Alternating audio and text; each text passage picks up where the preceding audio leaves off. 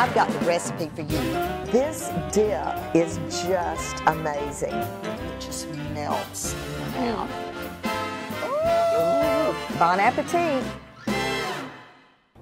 Hey everybody, I'm Vera Stewart and welcome to the VeryVera Show. We have quite a show today and I'm very excited to have as my special guest Rebekah Lingenfelser, and she is a blog enthusiast. Some Kind of Good is the name of it. It's all about local ingredients and fresh caught seafood. She is a food enthusiast, she's a writer, she's a TV personality, and she actually originally grew up in Augusta, Georgia, but now lives in Savannah. And what she's brought with her today are two of her favorite recipes. I'm so excited. We're going to do a jambalaya that, y'all, if you love jambalaya, this is rich, it's delicious. You're going to really want to try it.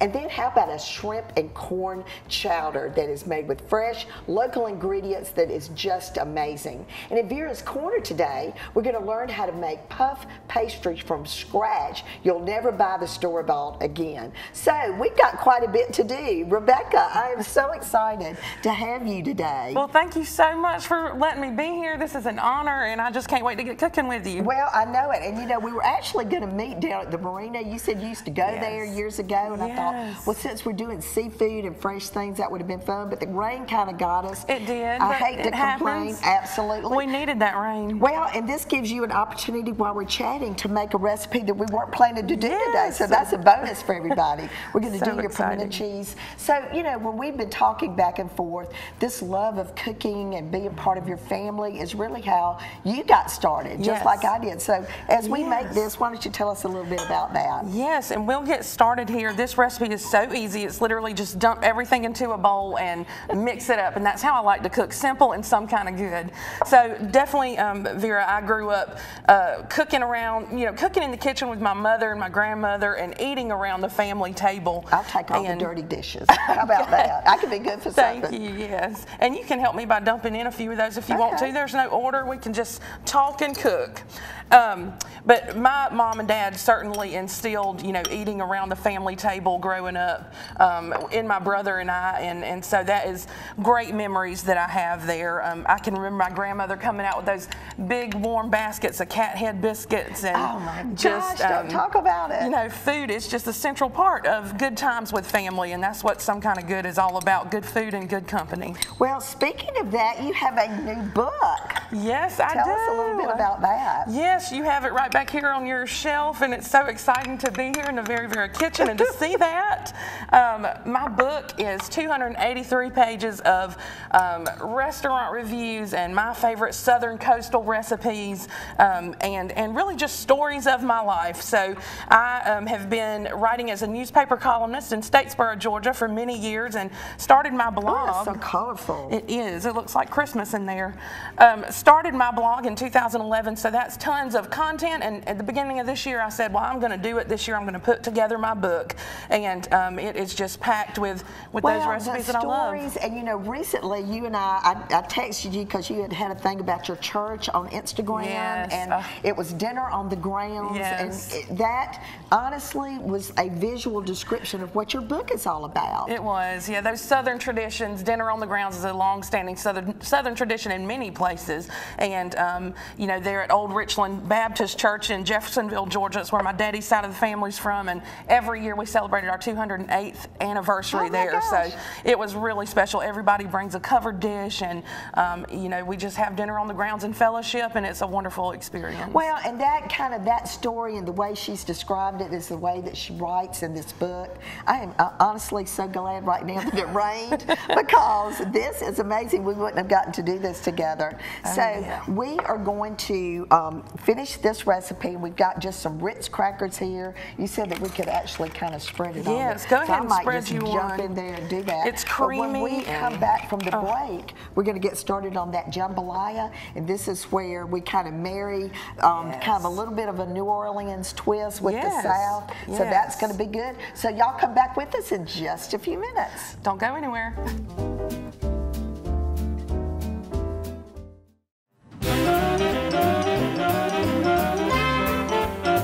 Welcome back, back, everybody, and if you're just joining us, I'm with Rebekah Lingenfelser, and she is actually originally from Augusta, but now lives in Savannah, Georgia. That's right. And she's bringing all this wonderful local stuff, coastal seafood. That's right. And so we made that delicious pimento cheese. That's right, one of my favorite snacks. And now we're getting ready to jump into some jambalaya, which is kind of a quintessential southern coastal dish. So in my pan, y'all, we've already got some rendered fat from that bacon. I love it. And that sausage that's got good color on it. So there's great flavor in here. Woo, I love that sizzle, snap, crackle, pop. We're just adding some beautiful I'm going to be in charge of dishes again. You are a big help, Miss Vera. We've got some big peppers in here. I mean, big and beautiful colored peppers, green and red, and we have some jalapenos. This is another one of those easy recipes. And, you know, once you have everything chopped, that's really the hardest part. Honestly, she said, I feel like a princess because everything's already chopped for me. It's so nice to have help in the kitchen when you're used to doing it alone, isn't it? So I'm just scraping up all those bits, and it smells so good. This large pan, this enamel, you know, you get that cast iron, but you get that, it's not sticking like it would if it was not a well-seasoned pan. Exactly. A little celery. A little celery goes in there for crunch. And these are just going to cook down and soften up. We've got some onion here that we've chopped and a little bit of garlic, but we're going to hold off on that garlic for just a minute and let these others brown up. You know, garlic cooks real fast. Yes, it does. We want to add that in about the last 30 seconds. Yes, it smells phenomenal. Amazing. Well, and to me, when you're going to do something like this, how many people would this feed? That is one of the reasons I love this dish, because it feeds a crowd. I have served 8 to 10 guests at my house. Because you're going to do that has rice in it. That's right. The rice puffs up, and you tuck that tender shrimp down in there, and literally the rice kind of helps to cook that shrimp, and it is just a crowd pleaser for sure. All right. So on the bacon, when we cooked that ahead, you really want it to get good and crisp. Right. And then we took some of those bacon drippings out, right? Okay. Yes. We reserved just enough grease in here to really cook these vegetables, and it's perfumed. So that is delicious. Let's go ahead and add in our garlic. And then, Vera, if you want to hand me that rice. Yes. And before we add the rice in, let's season it. I've got some Old Bay here, and then we always want to season with a little bit of salt and pepper. Okay. And I would say, you know, home cooks watching today, a lot of folks don't season, and that is one of the biggest ways to get great flavor. So y'all don't skimp on the seasonings. Well, and Old Bay is just perfect for this. Yes, and I add the Old Bay to the vegetables as well as to the shrimp that we'll put in here later. Gosh. Oh, yeah, plenty of salt. So you know she knows what she's doing because it's just going everywhere. Love it. That's right. And I've got a little herbs de Provence here that I like to add. This is an Italian seasoning blend, and it just gives us a nice depth of flavor. So if you want to go ahead and dump that rice. Dump the rice on. Yes, ma'am. And we're going to toast the rice so it gets a nice flavor on it. And then once that rice is all toasted, and it smells so good, right? I love it. Man, it looks good in here. This is just our flavor building. And once we get this rice toasted, we're going to give it just a few minutes. Right. Well, some of you may think that this lady looks familiar. So if you watch Next Food Network Star in season 14, she was a finalist. And I mean, our whole community was just pulling for you. Oh, well, you did a phenomenal job. Thank you so much. It was an exhilarating experience to be able to meet and cook for Bobby Flay, which I know you have had a show with Bobby before. And Giada De Laurentiis and even Tyler Florence, a Southern boy, I got to meet him, and they all tasted my food, which was really phenomenal. I made this very dish for them in the very first challenge on Food Network Star. So they have eaten my jambalaya, and they called it fantastic and really loved it. But now, Vera, I have a funny story. When I was on the Food Network, they challenged us at this park in Orlando, Universal Studios, to make a park-friendly dish, and so we couldn't use any utensils. So I'm so glad you have some forks and knives in your kitchen today. That would be a little bit hard to do. Oh, Lord. Okay, so we've got a lot of other ingredients that we're going to keep adding to this as we go to break. Yes. So you've got bacon and just a good... Bacon and sausage right here. We already cooked that. We're going to add this back into our dish, and then we can go ahead and bring on that tomato paste. Yep. And then the can of tomatoes over there. We've got some fire roasted tomatoes. All right, well, we're going to stay busy while we go to break. You Yes. won't miss anything. And then when we come back in Vera's Corner today, we're going to go over how to make puff pastry from scratch. Because, you know, I love the baking stuff too, Rebekah, Yes. as you know. And then after that, we'll be getting started on that shrimp and corn chowder. Oh, yes. So and I'm going to pop this in the oven for 20 minutes, and then we're going to pop the shrimp in. And when we get back, everything will be delicious. Yes, come on back.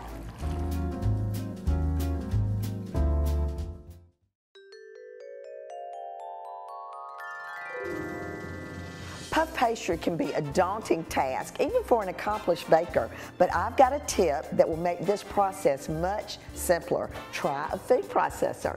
Using a food processor fitted with the slicer blade, thinly slice 1 3/4 sticks of frozen butter. Transfer the sliced butter to a plate and freeze. Fit the same bowl of the food processor with the blade attachment. Add 1 1/4 cups of bread flour and a teaspoon of kosher salt, then pulse to mix. Gradually add just enough water so that the dough forms a ball. Scrape the dough onto a floured work surface, roll the dough into a 20-inch long rectangle, 1/4 inch thick. Arrange the frozen sliced butter in a single layer on the dough. With the short end facing you, fold up the dough in 4-inch increments until you reach the end. Brush off any excess flour. Rotate the dough so that one of the open ends is facing you. Using a rolling pin, gently tap the dough to flatten it slightly, then roll again into a 20-inch rectangle, 1/4 inch thick. Fold the dough over itself in 4-inch increments until you reach the end. Brush off any excess flour after each fold, and then repeat this process 3 times. Wrap the puff pastry in plastic and freeze until well chilled, about 15 minutes or 6 months. Try your hand at this baking staple.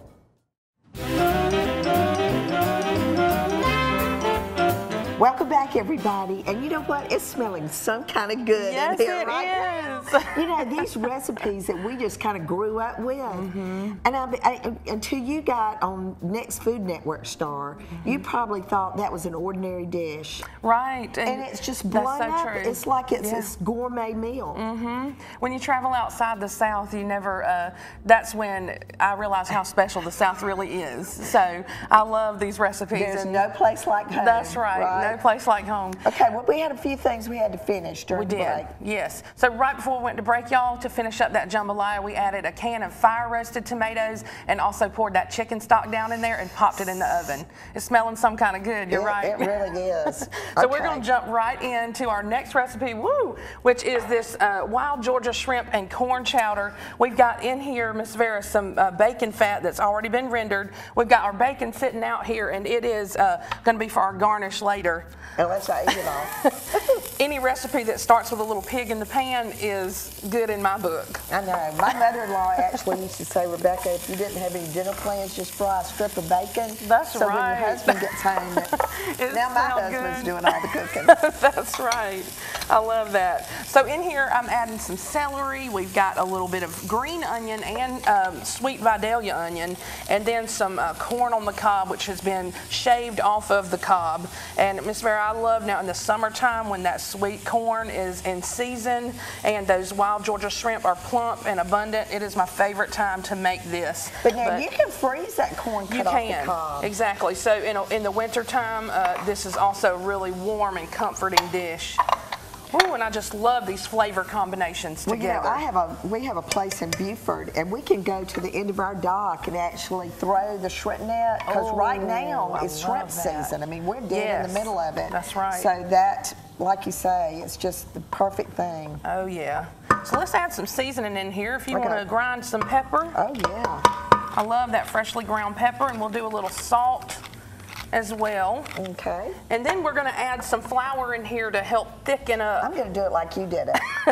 You know, I learned that little tidbit in culinary school. It's kind of a chefy thing to do. I know. But the idea is that when you season up high, it gives you an even spread versus, you know how you ever get down close on it and you've got a spot of salt on a piece of chicken or something? Okay, so what's next? So let's add in the flour. Okay. We need to let these cook for about 2 to 3 minutes, and then we'll add in the flour. You can go ahead. Okay. And what that flour is going to do is just help us to thicken up. When we add the milk, it's going to give us a nice, rich chowder. I mean, couldn't you just eat soup every night? I could, and I love to serve this with a little French bread and butter and a salad to round out the meal. And I tell you, I don't need anything else. I can die happy. Golly, I mean, your husband must be so excited to come home and have a meal like this. I'm telling you, and it's easy to whip up after work. You know, I work full time, so when I get home, these are the kind of recipes, you know, 30 minutes or less. Well, and even to have that in the freezer is great. Yes. So let's add in the potatoes as well. And we've just chopped up some russet potatoes, small diced, and these actually will cook as the milk simmers. Right. Well, and here again, I'm always, as the former caterer, you know, thinking of what you can do in advance. And you can cut these potatoes up and just let them sit in the water until you're ready to do it so they don't turn brown. Oh, yeah. Oh, man. Now, Miss Vera, the recipes that we've made today on your show are all available on my blog, somekindofgood.com, and that's how I got my start in 2011. I started blogging and writing, and all of these are also featured in my debut memoir, which people can find by visiting RebekahLingenfelser.com. And I hope y'all will, if you love Southern coastal cuisine and recipes like you're seeing today, it would make a great Christmas present for the Southern cook on your list, and also a reader if you enjoy Southern stories and family traditions like that dinner on the grounds we talked about earlier. And that's what I mean. I just think it's just sometimes it's just great to get a memory like that, and it makes you go back to one of your own favorite recipes. Exactly. Just a great twist on it. Yes. And now before we add in that milk, we're going to pop in some fresh thyme, which I grew in my Savannah, Georgia garden. It smells so fragrant. Oh, I love it. And also a few bay leaves, and then you can go ahead and pour that milk in there. Okay. And then we're going to have to go to break in just a second, so we may have a little bit more to do after that. All right, so when we come back, we're going to get it all together. We've got an absolutely fabulous meal together. We've even got an appetizer because it rained outside. That's right. Thanks, with the pimento cheese. So y'all come back with us. We're going to get this spread all laid out. Don't go anywhere.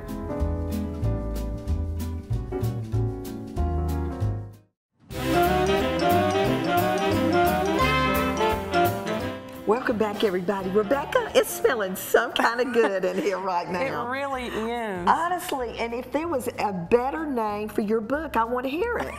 I mean, this is just perfect. The aromas are phenomenal right now. Well, thank you. We are getting ready to have us a feast. It is all done. So I'm going to ladle up this wild Georgia shrimp and corn chowder.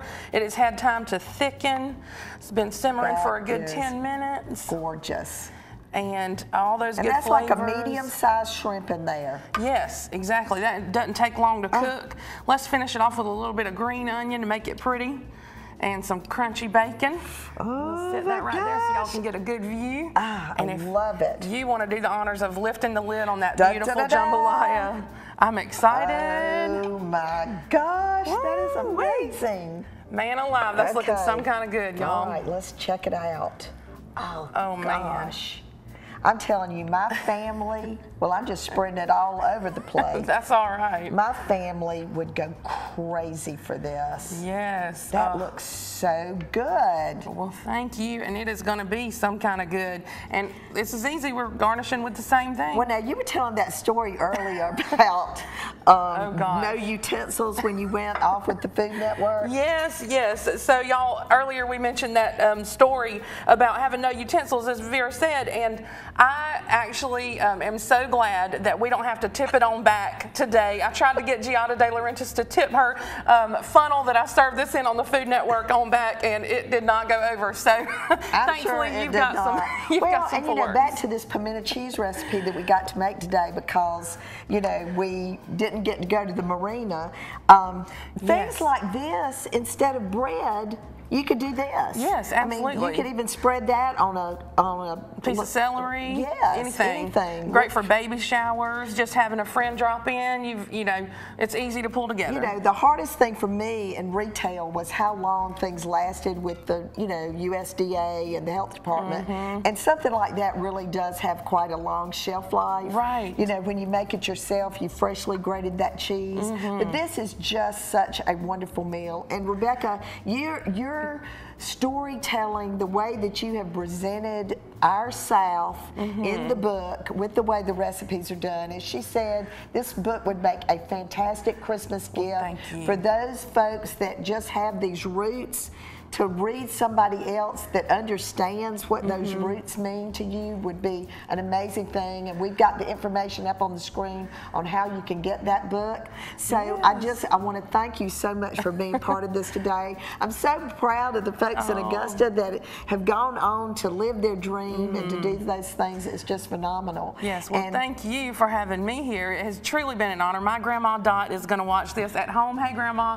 And she is going to be so proud. She has been a customer of yours for years, loved to eat your cakes and casseroles, and she just loves her some VeryVera. So it is an honor to be here, and I couldn't be more excited. Well, as I always say on the VeryVera show, no matter what you do it in good taste. I don't know what to taste first, maybe the soup, but I want you to come back with us again next week. We'll be at the headquarters of Sub-Zero and Wolf in Madison, Wisconsin, doing our Thanksgiving show. So come back. That's going to be good.